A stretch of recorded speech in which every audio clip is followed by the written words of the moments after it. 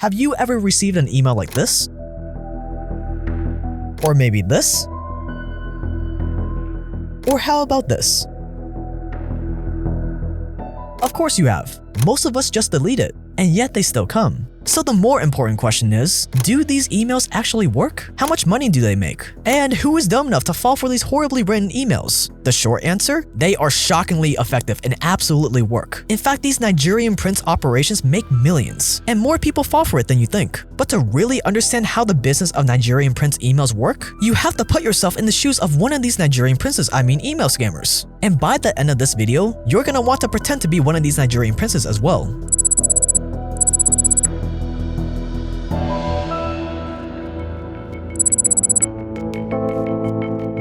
Like all good startups, spamming started small. The first large-scale spamming campaign was sent by a student in 1994. The email subject was this: "Global alert for all, Jesus is coming soon." This student sent the message to every single news group available, and if it didn't annoy almost everyone, it did spark up a lot of online arguments. Not long after, businesses and criminals started realizing how profitable spamming can be. It was practically free since you didn't have to pay for an ad listed in a newspaper or junk mail sent to a bunch of random houses. And spamming went mainstream. By 2014, almost 85% of all emails were spam, which means that today, building your scam empire as a Nigerian prince is easier than ever.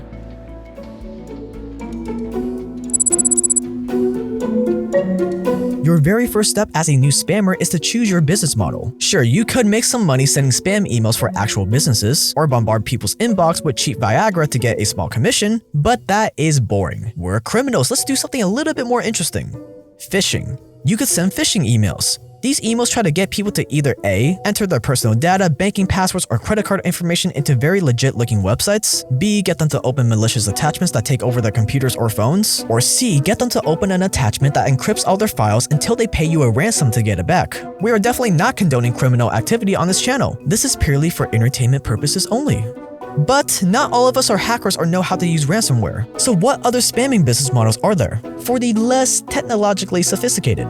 Enter the iconic Nigerian prince or long-lost royalty emails, like the email we all laughed at the beginning of this video. Nigerian royalty scams are almost synonymous with spamming. All you gotta do is send out millions of emails telling people you just inherited millions of dollars, and that you're scared that someone will steal it or you want to avoid taxes, and then you want to follow up with the fact that the person you're mailing, who you've never met before, is the only person you can trust to keep your money safe. To most of us, it sounds ridiculous, but to a select few victims, it can really seem like the offer of a lifetime. Once they take the bait and reply, you move forward and tell them just how happy you are to have found someone so trustworthy. But, and there's always a but, you have a problem. They will have to pay for the transaction fee, the legal fee, transfer fee, or whatever you want to call it. Paying $50 in exchange for $5 million seems like a pretty sweet deal, right? Well, I think we all know the answer to that. Once they pay the fee, you make sure they never hear from Prince Solomon again, and they will probably just write off that $50 as a stupid mistake. But you take that $50 and add it to the thousands of other people who also fell for your scam, and you're sitting on a nice little fortune.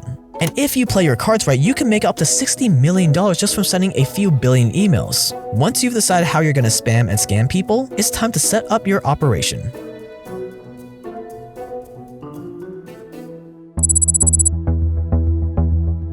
The idea behind spamming is pretty simple. If you send out enough emails, at least one person has to be dumb enough to fall for your lies. How many emails it takes to get one victim is called your conversion rate. Once you have your conversion rate, all you have to do is decide how much money you want to make and work backwards to figure out how many emails that would take.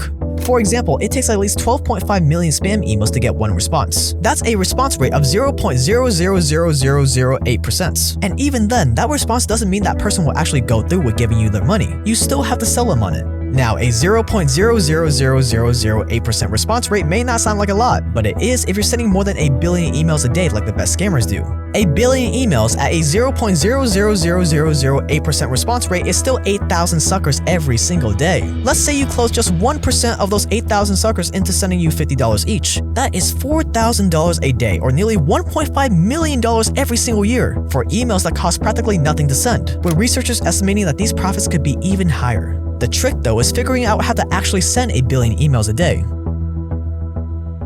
And if you happen to be annoyed by the amount of spam that's filling up your inbox no matter how many times you hit unsubscribe, or you don't like the idea of companies selling your email to spammers, that is where mine comes in, today's video sponsor. And the sponsor is free, by the way, so you're gonna want to stick around.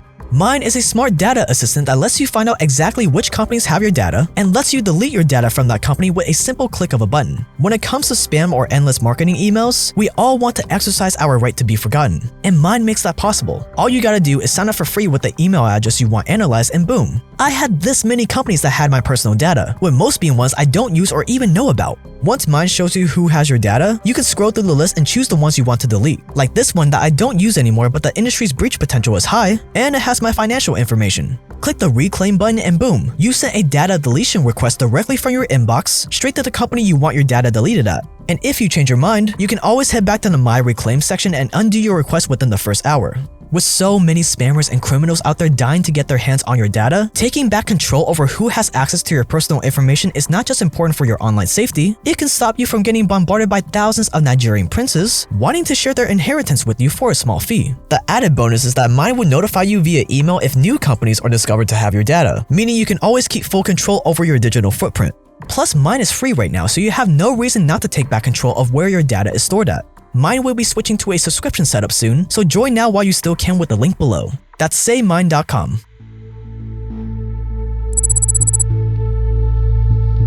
Setting up the network needed to send billions of emails every day could be a little trickier. Emails are free, but the internet and computers aren't. You could try sending them from your own computer, but not only is that a giant security problem, but you'll never be able to send out enough to be profitable. So your best option is to hijack as many PCs or laptops belonging to other people as possible and use these computer networks known as botnets to send all your mail. Once you have a network of computers under your control, not only can you send out enough emails to make a lot of money, but your operating costs become practically zero, besides the cost of actually getting the email addresses to spam to, which we'll cover later. So now that you have the infrastructure set up, it's time to figure out how to avoid the dreaded spam filters.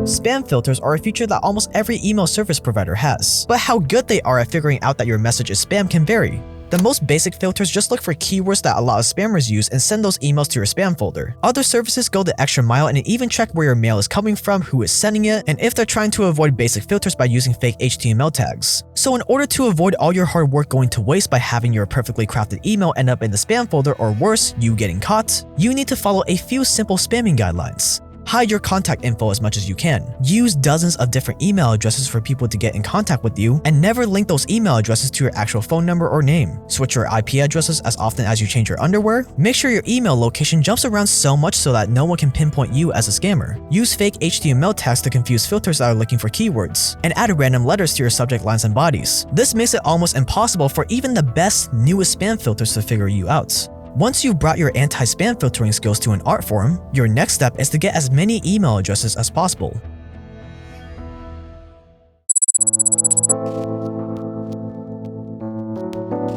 What is a spammer without anyone to spam?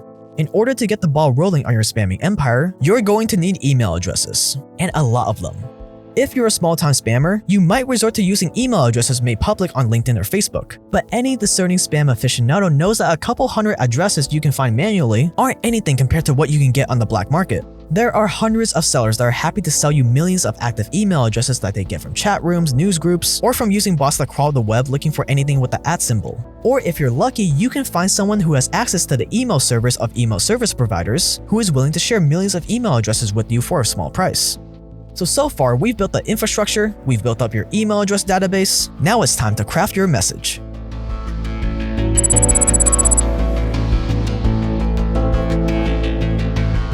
Have you ever wondered why these Nigerian prince emails have so many obvious spelling mistakes? I mean so many. No matter what your message is, if you want people to buy your fake pharmaceuticals, send you their life savings, or even donate to your charitable organization, your main goal is to have people who are actually interested in what you're offering to reply, right? So one of the best ways to do that is to include lots of typos in your mail. Now you may be thinking, but Jake, I want people to believe my messages, not notice a bunch of typos and immediately think scam. But that's the whole point. If your email has typos and someone still replies, you found the perfect mark. If 100,000 people read your email, almost fall off their chairs laughing, and send it straight to the trash, that's fine. Those people would never send you money anyways, you don't want them to reply. They're too sophisticated to fall for your trap. You want the person who will read through all your spelling and grammar mistakes and still reply. They're the most gullible, they're the ones most likely to believe everything you tell them. As a scammer, you prey on the most believing, the most innocent, the most naive. And you do that by disqualifying all the people who aren't gullible enough via your typo and grammar mistakes. And once you've reached the step where you have a bunch of email addresses, you know how to avoid spam filters, and have crafted the most unbelievably believable message, you're ready to start sending. You're going to be doing a lot of sending. Back in 2003, AOL blocked more than 88 spam messages per user per day. So in order to get your message through and give you the best chance of getting a response, you need to aim for at least 1 billion emails a day if you want to play in the big leagues. And once you've reached the rhythm where you're sending billions of emails every week, you can sit back, relax, and watch those millions of dollars start rolling in.